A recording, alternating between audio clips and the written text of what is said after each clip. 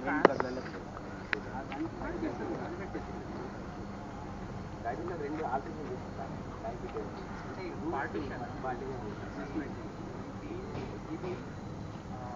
Sanction ఇచ్చే ఉద్దేశం అంటే that is not the point is that ఎవరు ఎగ్జిక్యూట్ చేస్తారు. సపోజ్ నేను 7 లక్షల రూపాయలతో కొత్త రూమ్కి శాంక్షన్ ఇచ్చాను, కట్టాలి ఎవరు కట్టాలి? బికాజ్ ఈ వర్క్ ఎవరికి ఇచ్చినాము? వియోల్కి ఇచ్చినాం కదా. వియోస్ వచ్చి బిల్డింగ్ కట్టిస్తారా?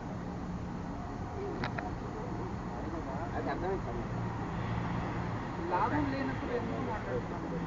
ఛాన్స్ లేని వచ్చినప్పుడు ఈ మనకి జూన్ నెలలో ఇది ప్రపంచం అంతా ఉందా?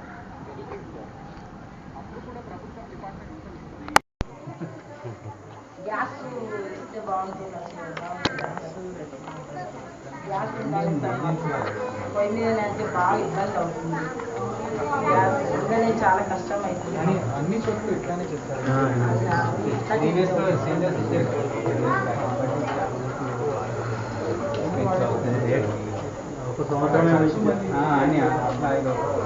ఖర్చు అవుతుంది సార్. ఒక పొయ్యి సిలిండర్ ఇస్తే బాగుంటుంది అనుకుంటున్నాం. మేము ఇంతకు ముందు కూడా రాసిచ్చినాం, ఎక్కువ అవన్నీ రాసిచ్చినాం. బిల్స్ కరెక్ట్ వస్తలేవు.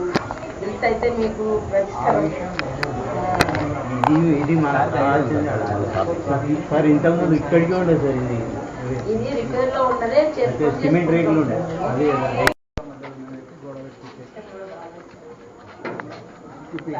రిపేర్లో ఇన్ననే ఇక అట్లనో ఇట్లా నడిపిస్తుంది.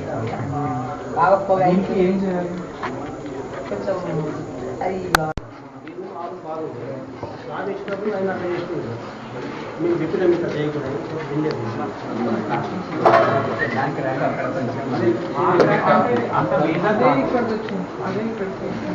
అది అంత మేజర్ క్రాక్ కాదు. దానికి మనం ఆ గ్రూప్కి ప్లాస్టింగ్ చేయవచ్చు. కొంచెం గ్రూప్ కటింగ్ చేసుకొని, లిమిటెడ్ కటింగ్ చేసుకొని ప్లాస్టర్ చేసేస్తే అయిపోతుంది.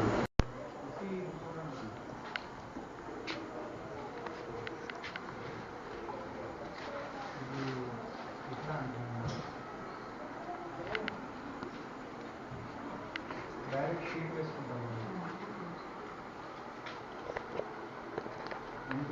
తర్వాత జాయింట్స్ పైన డాంబర్ కోట్ వేస్తాం. సో దీంట్లో ఒక చుక్క నీళ్ళు కిందికి రాదు. సో ఇట్లా ఆ రూమ్స్కి చేస్తే ఆ రూమ్స్ సెట్ అయిపోతుంది కదా. సో దీంట్లో అది మా ఇంజనీర్స్ లేకపోతే ఇక్కడ డెసిజన్ చేసేది దట్ ఈ రూమ్ మనం ప్లాస్టిక్తో సరి చేసుకోవాలా, లేదంటే ఈ రూమ్ అది పెట్టి ఆ రూమ్కి మనం పైనుంచి వేసుకొని దాన్ని కొంచెం స్క్రేపింగ్ అండ్ పెయింటింగ్ చేయాలి. రెండు రూమ్లు వాటర్ వస్తుంది సార్. మీరు అందరూ చేస్తే మాకు 2 రూమ్లు వాటర్ వస్తుంది సార్. ఇప్పుడు ఇది తర్వాత వస్తాయి. అదే ఎందుకంటే ఇది మొత్తం డెప్ వరకు పోలేదు కదా. ఒక టీచర్ లేసి వెళ్ళిపోతాడు. అందుకే నేను వస్తున్నాను ఈసీలో. ఎందుకు నేను అంటున్నానంటే, నేను చెప్పిన మాట మీరు విని ఉంటే నేను ఇట్లా క్లాస్ తీసుకోవడం అవసరం ఉండదు. మీరేం చెప్తారు? మీరు చెప్పిన విధంగా నాకు ఎన్ని ట్యూబ్ లైట్స్ కావాలి, ఎన్ని ఫ్యాన్స్ కావాలి, ఇంత వైర్ కావాలి, దీనికి ఎంత పైప్ అవసరం పడుతుంది, నా టాయిలెట్స్ ఉన్నాయి, సో నాకు స్ట్రెంత్ బట్టి 20 చొప్పున ఎన్ని టాయిలెట్స్ కావాలి, అట్లా మీరు చెప్పేది. కానీ మీరేమంటారు? ఇది నా పని కాదు సార్, ఇంజనీర్ చేయాలి. ఎవరైనా వద్దన్నారా? ఎవరు వద్దన్నారు లెక్క పెట్టడానికి? మీకు మీ ఇంట్లో వైర్ అవసరం ఉంటే మీరు బరాబర్ లెక్క ఇస్తారు. నేను స్కూల్కి ఎందుకు వేయరు? దానికోసం ఇంజనీర్ రావాలి. పర్ఫెక్ట్గా ఉంటుంది అన్న. ఎవరున్నారు పర్ఫెక్ట్? అంటే ఇంజనీర్కి స్పెషల్ కళ్ళు ఉన్నాయా? ఆయన ఇట్లా ఇట్లా చూస్తే తనకి అర్థమైపోతుంది 10 మీటర్. అట్లా ఉందా? మనసు లేదండి, నా బాధ అది. మనసు లేదు మన జిల్లాలో ఉన్న టీచర్స్కి. ఇది చేయాలని మనసు లేదు. రండి సార్ మీరు చూడండి. అరే నేనేం చూస్తానబ్బా, నువ్వు చెప్పు. నీకు ఎంత మీటర్ పైప్ లైన్ కావాలి, ఎంత మీటర్ వైర్ కావాలి, నువ్వు చెప్తే ఏదో ఆకాశం పడిపోతుందా? అవును, ఇంజనీర్ ఏమంటాడు, కరెక్టే సార్ మీరు అన్నది, ఇప్పుడు నేను చెక్ చేస్తాను అది బరాబర్ ఉంటుంది అండ్ మనం డైరెక్ట్గా తెప్పించి స్టార్ట్ చేసేద్దాం పని, అయిపోతుంది. దాంట్లో ఏమవుతుంది, కొంచెం అటు ఇటు అయినా ఇంజనీర్ అడ్జస్ట్ చేసుకుంటాడు కదా. 10 కావచ్చు, 12 కావచ్చు, 9 కావచ్చు. టాయిలెట్కి కూడా నా లెక్క అదే ఉంది. ఇప్పుడు మీకు మైనర్ రిపేర్ ఉంది, సో మైనర్ రిపేర్లో ఏముంది, రూఫ్ రిపేర్, వాల్ రిపేర్, అదే మీకు ఐడియా రాదు. అది నిజంగానే ఇంజనీర్ పని, దాంట్లో మీరు ఎంత తెలివి ఉన్నా మీరు చెప్పలేరు. సో టాయిలెట్స్లో ఇప్పుడు నేను అదే నా బస్ స్టాండ్ దగ్గర టాయిలెట్ కట్టించాను కదా, సో ఆ లెక్క ప్రకారంగా 2 టాయిలెట్స్కి అది I'm telling them to make in 60,000 rupees. So 4 అవసరం ఉంటే ఇట్ విల్ బీ ఇన్ 1,20,000. అంటే టోటల్ సార్ మొత్తం టోటల్ న్యూ. సో నేను అనేది అదే, మీకు ఒకవేళ ఇది టాయిలెట్ రిపేర్ 35,000 వచ్చింది, మైనర్ రిపేర్లో 6 lakhs రూపీస్ ఉంది కదా, సో మీకు వేరే రిపేర్స్ అంతా లేవు, అన్ని రిపేర్స్ కలిపేసి డోర్, విండో, ఫ్లోర్, రూఫ్ అంతా కలిపేసి 1,50,000 అవుతుంది. మీరు ఇంకా 1,20,000లో 4 కొత్త టాయిలెట్ కట్టుకోవచ్చు కదా, కొత్త టాయిలెటే కట్టేద్దాం మైనర్ రిపేర్ పేరుతో, నో ప్రాబ్లం.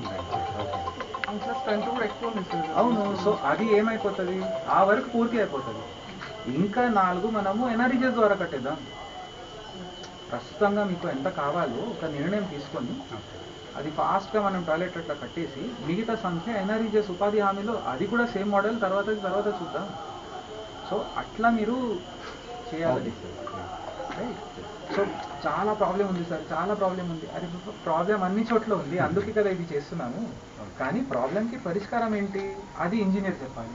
ఇంజనీర్కి 37 స్కూల్స్ ఉన్నాయి, 37 స్కూల్స్ అయినా ఎస్టిమేట్ తయారు చేసుకొని మనం ఎగ్జిక్యూట్ చేయాలంటే మే నెల వరకు కాదు.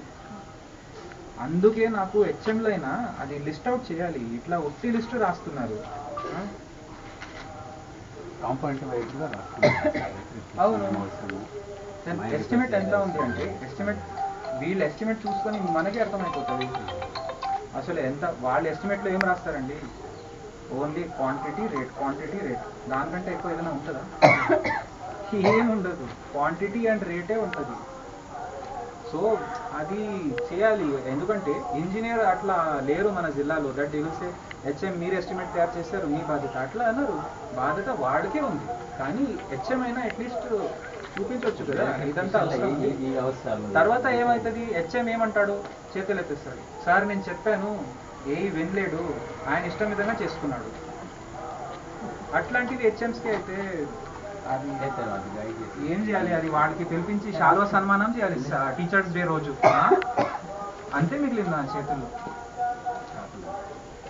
సో చొరవ తీసుకోవాలి.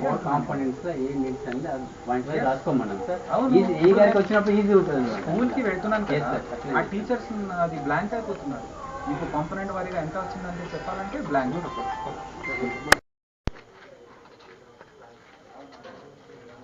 సో 4 అయిపోతుంది.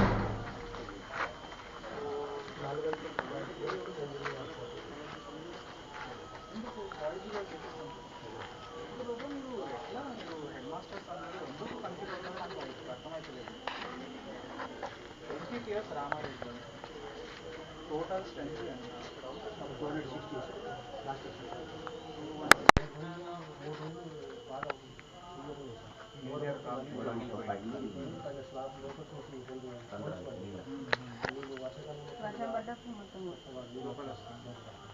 దాని సొల్యూషన్ రిపేరింగ్ ఎట్లా చేస్తాను,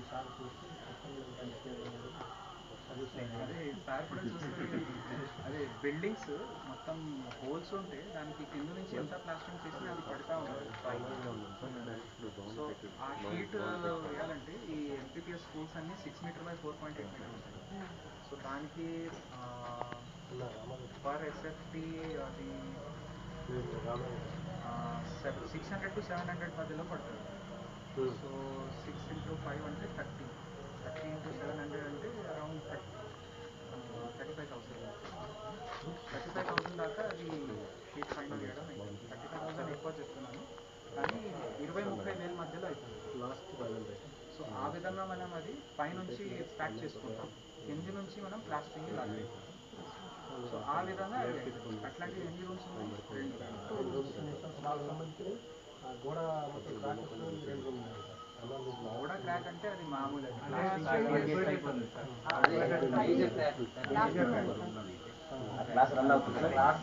టాయిలెట్స్ ఇప్పుడు 35,000 ఉన్నాయి కదా. ఇప్పుడు లోపల ఎన్ని టాయిలెట్స్ ఉన్నాయి? ఒకటే సార్. ఒకటే సార్.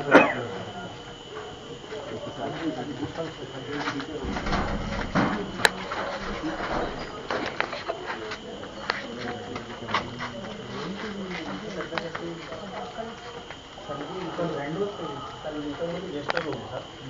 అంటే పిల్లలకు బయట అలవాటు చేయాలి కాబట్టి ఒకటి తీసేసి అక్కడ కట్టించాం సార్. కొత్త పిల్లలు కానీ ఒకటి యూజ్ చేయాలి అక్కడ ఇచ్చాం.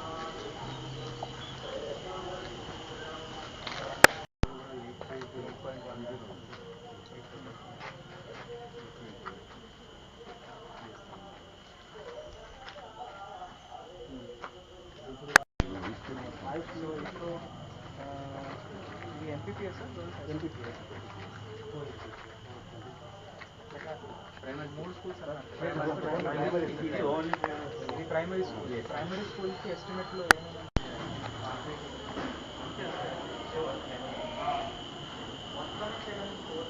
ఏర్పడింది.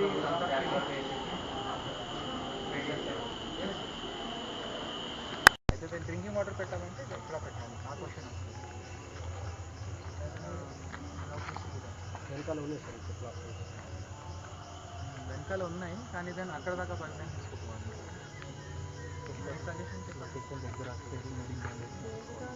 ఇక్కడ ఒక వాల్ అక్కడ సైడ్ అక్కడ పైన ట్యాంక్ చేసి పైన ట్యాంక్ పెడితే ఏమవుతుందంటే అనవసరంగా మనం పై దాకా ట్యాంక్ తీసుకోబోతున్నాము, మళ్ళీ పైనుంచి పైకి తీసుకొస్తున్నాము. పిల్లలు రాళ్ళు వేయడం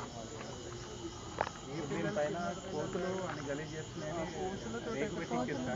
ఎవడో ఎత్తుకుపోవడం, నేను అదే అంటున్నాను. పిల్లలు ట్యాంక్లో రాళ్ళు వేస్తారు ఎందుకు? స్కూల్ పిల్లలు మన పిల్లలు సార్, ఎందుకు వేస్తారు? అదే ఇప్పుడు పైన ట్యాంక్ పెట్టినామనుకోండి, ఆ ట్యాంక్ ఎవరు ఎక్కి క్లీన్ చేయాలి? సో అది ఏం చేయరు. ఇది మన ఊర్లోనే పిల్లలు ఉన్నారు, వాళ్ళు చేసేస్తే కూడా ట్యాంక్ ఈ ఎత్తులోనే ఉంది కాబట్టి మనం క్లీన్ చేయవచ్చు. సో నేను అనేది ఏంటంటే స్టీల్ ట్యాంక్ మనం పెడుతున్నాము, సో అది దెన్ ఆ హెడ్ మాస్టర్ బాధ్యత తీసుకోవాల్సి వస్తుంది. ఫిల్టర్ పెట్టినాక స్టీల్ ట్యాంక్ మనం వేస్తాం కదా, ఆ స్టీల్ ట్యాంక్ దెన్ రోజుకి క్లాస్ రూమ్లో పెట్టాలి, వాపస్ బయట పెట్టాలి. సో వీళ్ళు ఎట్లయినా ఇవి వాడుతున్నారు క్యాన్స్. సో నా ఆలోచన ఏముంది అంటే, సపోజ్ ఇక్కడ నుంచి పైప్ లైన్ రన్ చేసుకుని ఈ గోడానికి వీళ్ళు తీసుకొచ్చాను. సో ఇక్కడ డ్రింకింగ్ వాటర్ ఏర్పాటు చేశారంటే అక్కడ స్టాండ్ పైన స్టీల్ క్యాన్స్ వేస్తారు, దెన్ రోజుకి మళ్ళీ లోపల తీసుకుంటారు.